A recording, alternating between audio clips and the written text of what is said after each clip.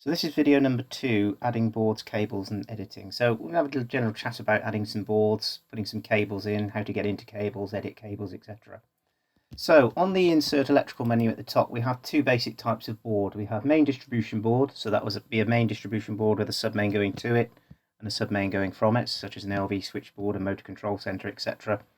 The other type of board we have is a final board with final lighting circuits, ring mains, etc. So there is a distinction between the two.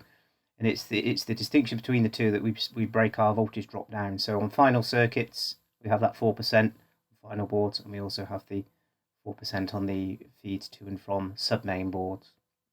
So first of all, to put a board in, I'm going to start off with my LV switchboard, place it on the layout, and then we have our general information.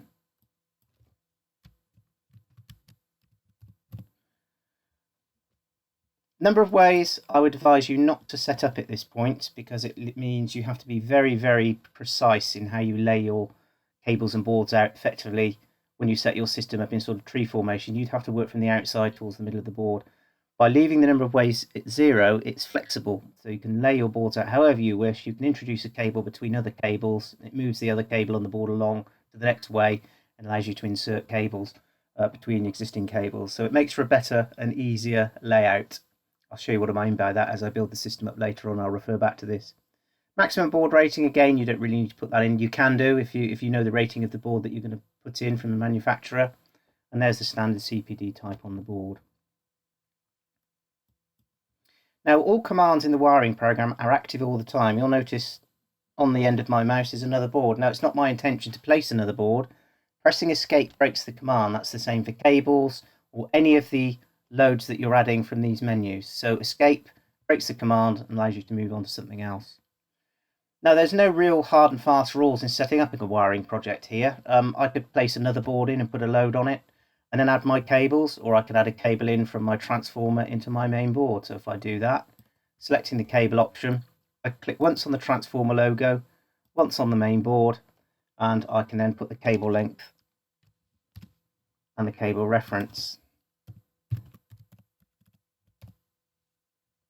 And also selecting the cable type, installation method, and the switchgear device I want on here. Now, even though earlier on I selected BS88s, likely as not, the main supply will be a lot different, and it will be generally different to the main submain protection feeding the boards and loads as well. So I'm going to leave that set to none for the time being. In fact, to take a flyer on it, I'll just stick a BS88 in there for now, and again we can adjust that. Selecting OK. Again, what I can see here is that the now we've interconnected the cable, you can see the transformer symbol is in green. That means it's switched on. And you'll also notice a slight kink in that cable. I could grab this board and physically move it around. You can actually use the snaps. There are snap settings. In the bottom corner you've got OS and N. S is the grid snap. You can switch it on and off. So there's a slight misalignment between the board, so you can move the board across slightly. And you notice how it suddenly jumps and snaps. So sometimes it's better to actually switch it off. So in this case I'm going to switch it off. I'm going to move my board up. What I can also do with the board, I can grab grips and I can stretch the board. And obviously the cable will go with the board. So if you like to design your system with a board occupying the whole bottom of the screen with straight ways coming straight off instead of a tree formation, then you can do that as well. So you can grab these little grips and then you can stretch or compress the board accordingly. And this feature comes in quite handy when you're wanting to print out from final boards, because as you build your board up, you'll find that the circuits become all squashed in on the existing default board size. So it's always best to go in and stretch it when you come out, so that when you do a printout, you can see all those ways on the board. Notice the transformer is in green. We're going to look at multiple supplies in another video, but to switch the transformer on and off, it's merely a case of going to the cable and selecting the off button. So you'd have an isolator on there typically, and that switches it off, and that's now low lighted, so it's no longer in green. So whenever the transformer is in green, that means it's actually on and active. So that will be relevant later on when we come and look at our alternate supplies. If I want to add a final board, I could set up a network, a sort of skeletal early doors network, where I can just put a load on a final board. So if I go into a final board, I can place the board on the layout, put the general reference on the board, And I can put the load and power factor on the board. Defaulting to 0.95, again the defaults will dictate the power factor, so I can change this.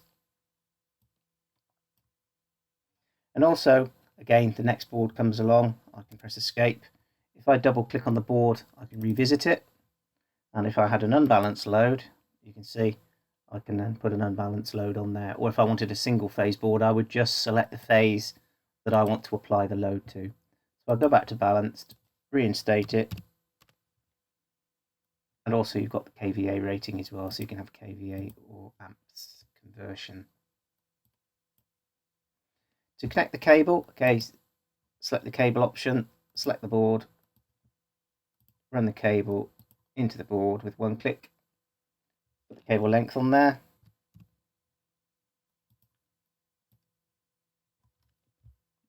I can put the cable reference in there as well. But I think in a slightly later version that will happen automatically. It will pick up the reference from the board you connect into. That will happen automatically, due for release soon, so that will be slightly different. Cable type, installation method.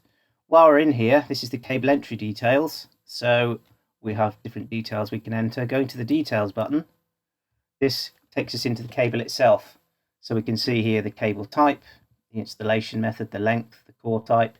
You can view the ratings. Once you've performed a calculation, you can actually view the rating of the cable from the database. So this is a sort of little snapshot into the database where you can see the current rating of the cable for the particular installation method. Whether or not your cable is subject to simultaneous overload, whether or not you want to use flexi conductors, and then of course we have the description of the cable and then your CPC, how you're handling the cable.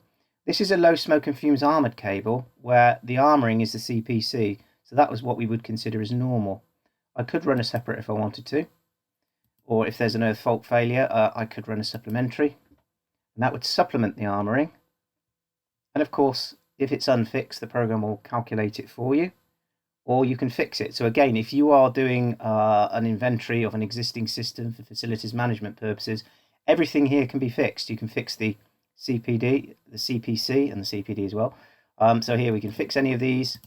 We could fix the supplementary. The separate could be fixed, as we can with the cable. You can see in the bottom left corner here, we've got our cable sizes, so we can fix those. We can parallel up the cable. Again, mentioned in the previous video on the Edit General, if you exceed the maximum cable size that we set up in Edit General, it will start paralleling up anyway. But again, you can control that and decide how you want your cable arrangements. Transformer tails, for example, on the supply you might want to put in. So we'll leave that set as normal. ERA derate there is greyed out because the installation method is perforated tray. Should I then go and select ERA air, ground or duct, that allows me to use the Electrical Research Agency calculation for derating. We'll do a video on that later. And the same with the IET methods as well. But that's driven by the installation method. Very much driven by the installation method there. We'll put that in perforated tray as we had before. Now that cable detail came up when I connected it in. I might want to revisit the cable. To simply revisit the cable, double click on it. There you go. There's the cable entry dialog. And you go into the details. And of course we've got the CPD details, so we can revisit those as well. So we can go into details. We can review our range of devices. So as we build the system up, we might find the fault level isn't suitable for the devices we've selected. So we might want to revise that selection.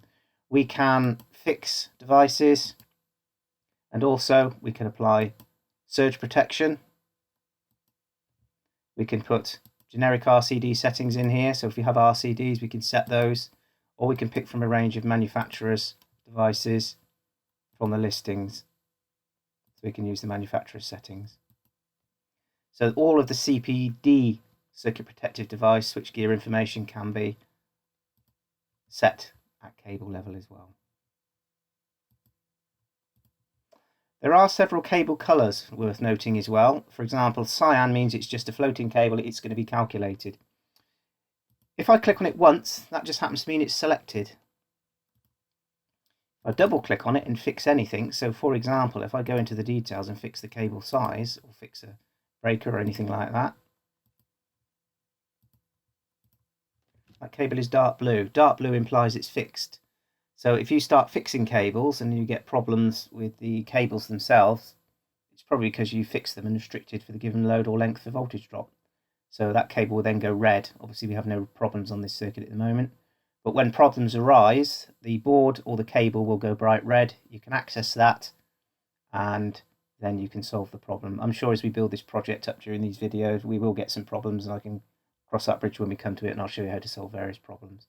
So this is really about just adding the boards and setting up the system.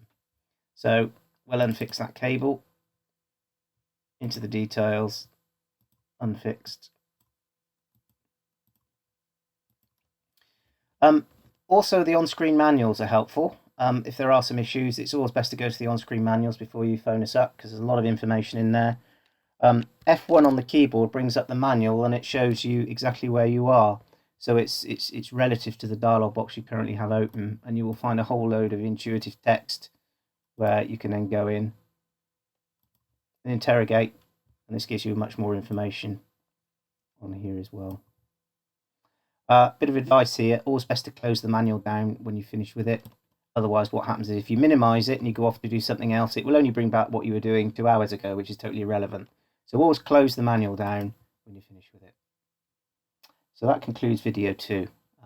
We'll move on to build the network up and show you different functionality as we progress through the training video.